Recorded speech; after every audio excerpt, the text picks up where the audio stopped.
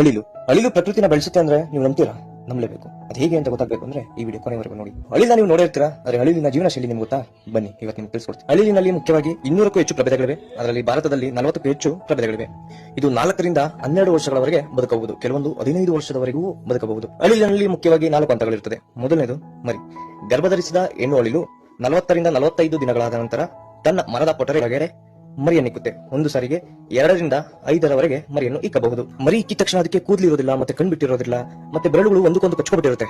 6 ವಾರಗಳವರೆಗೆ ತಾಯಿಯೇ ತನ್ನ ಹಾಲನ್ನು ನೀಡಿ ಮರಿಗಳನ್ನು ಸೂಕ್ಷ್ಮವಾಗಿ ಸಾಕುತ್ತೆ. ನಂತರ ಕಿರಿಯ ಅಂತ 6 ರಿಂದ 8 ವಾರಗಳ ನಂತರ ಕಣ್ಣುಗಳು ತೆರೆಯುತ್ತೆ, ಕೂದಲು ಬೆಳೆದಿರುತ್ತೆ. ಸ್ವತಂತ್ರವಾಗಿ ಬೇಟೆಯಾಡೋದು, ಆಹಾರ ಸಂಗ್ರಹ ಮಾಡೋದು ಅಳಿಲು ಕಲಿಯುತ್ತಾ ಹೋಗುತ್ತದೆ. 9 ರಿಂದ 12 ತಿಂಗಳಾದ ನಂತರ ಅಳಿಲು ಪ್ರೌಢ ವ್ಯವಸ್ಥೆಗೆ ಬರುತ್ತದೆ. ಈ ಹಂತದಲ್ಲಿ ಹೆಣ್ಣು ಅಳಿಲು ಒಂದು ಸುವಾಸನಭರಿತ ವಾಸನೆಯನ್ನು ಹೊರಸೂಸುತ್ತೆ. ಅದು ಗಂಡು ಅಳಿಲಿಗೆ ದೂರ ಇದ್ರೂ ಗೊತ್ತಾಗಿ ಹೆಣ್ಣು ಅಳಿಲಿನ ಹುಡುಕೋ ಬರುತ್ತೆ. ಹೆಣ್ಣು ಅಳಿಲು ಗಂಡು ಅಳಿಲಿಗೆ ಸಿದ್ದೆ ಆಟ ಸಾಕ್ಬಿಡುತ್ತೆ. ಅಲ್ಲಿ ಇಲ್ಲಿ ಹೋಗೋದು, ಮರದಿಂದ ಮರಕ್ಕೆ ಜಂಪ್ ಆಗೋದು. ಗಂಡು ಅಳಿಲು ಅಷ್ಟೇ, ಹೆಣ್ಣು ಅಳಿಲು ಹೋಗುತ್ತೆ, ಅದ್ರ ಹಿಂದೆನೇ ಹೋಗುತ್ತೆ. ಹೆಣ್ಣು ಅಳಿಲು ಗಂಡು ಅಳಿಲಿನ ಒಪ್ಪಿಕೊಂಡರೆ ಅದರೊಂದಿಗೆ ಸಂಭೋಗ ಕ್ರಿಯೆ ನಡೆಯುತ್ತದೆ. ಇನ್ನು ಅಳಿಲಿನ ವಿಶೇಷತೆ ಏನು ಅಂದ್ರೆ, ಅಳಿಲು ಆಹಾರಗಳನ್ನು ಬೇಟಾಡುತ್ತೆ. ಅಳಿಲಿನ ಆಹಾರಗಳು ಏನು ಅಂದ್ರೆ ಬೀಜ, ಹಣ್ಣುಗಳು, ಎಲೆಗಳು, ಕೆಲವೊಂದು ಚಿಕ್ಕ ಚಿಕ್ಕ ಕೀಟಗಳನ್ನು ಕೆಲವೊಂದು ಅಳಿಲುಗಳು ತಿನ್ನುತ್ತದೆ.